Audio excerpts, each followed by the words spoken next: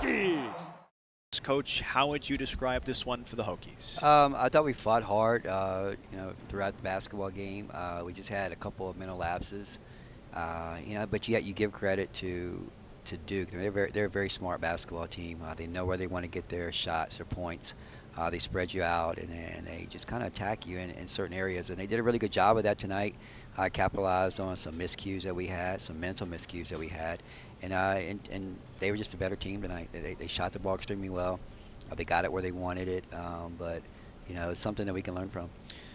The defensive side of the basketball in the second half, that's the miscues that you're talking about. Gorecki, who's a dynamite three-point shooter, being left open. That's got to be the stuff that leaves you as a coach kind of shaking your head here tonight. It's extremely frustrating. I would even go back a little bit further. The last minute and 45 seconds or 2 minutes or whatever it was in the first half, we lost focus and we gave them opportunities. Even the last shot, although it was a desperation shot, I felt like we let her get a running start because we were kind of walking around and no one was there locked in and ready to put some pressure or to make even Lexi Brown, reverse or dribble or whatnot, and she got a running start, and that was a big momentum swing for them to tie it up at halftime. And after we had really outplayed them, especially in the second quarter, and that just kind of fed over, and we had mental miscues where we were leaving. Gorecki is a tremendous player. Yes. She's actually one of my favorite to watch because she gets it, because she's such a smart basketball player, and we weren't there.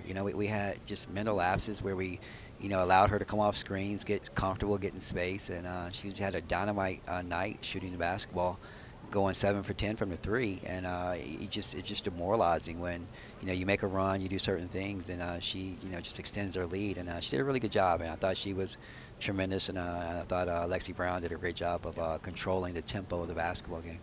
I do want to talk about Taylor Emery. I understand it's not about one player, but you're talking about building a team with passion and fire and being committed to the sport of basketball. And boy, she showed a ton of emotion, and she came to play, maybe not perfectly tonight, but she showed you a lot of the heart, and she scored 30 points. What did you make of her performance?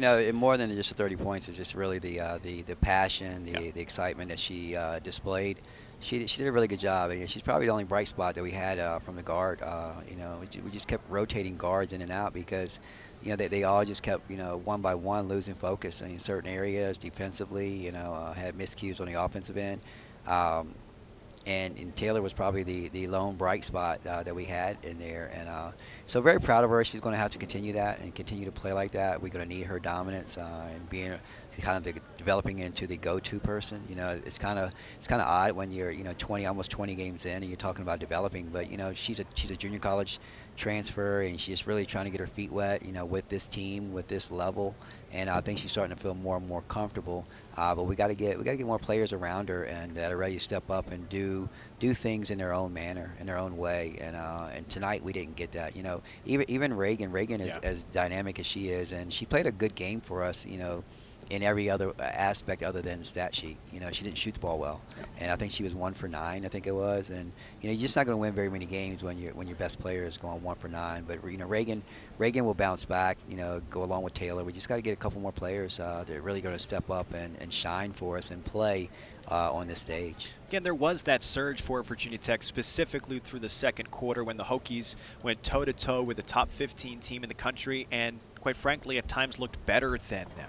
During that stretch, as you look to build for Virginia Tech, what were the things that you'll pull out and say, this is why we surged? Well, it was kind of a unique game, and I think we took 33 three-pointers, and I thought it was adequate, for what we wanted to do because of the way they make you play.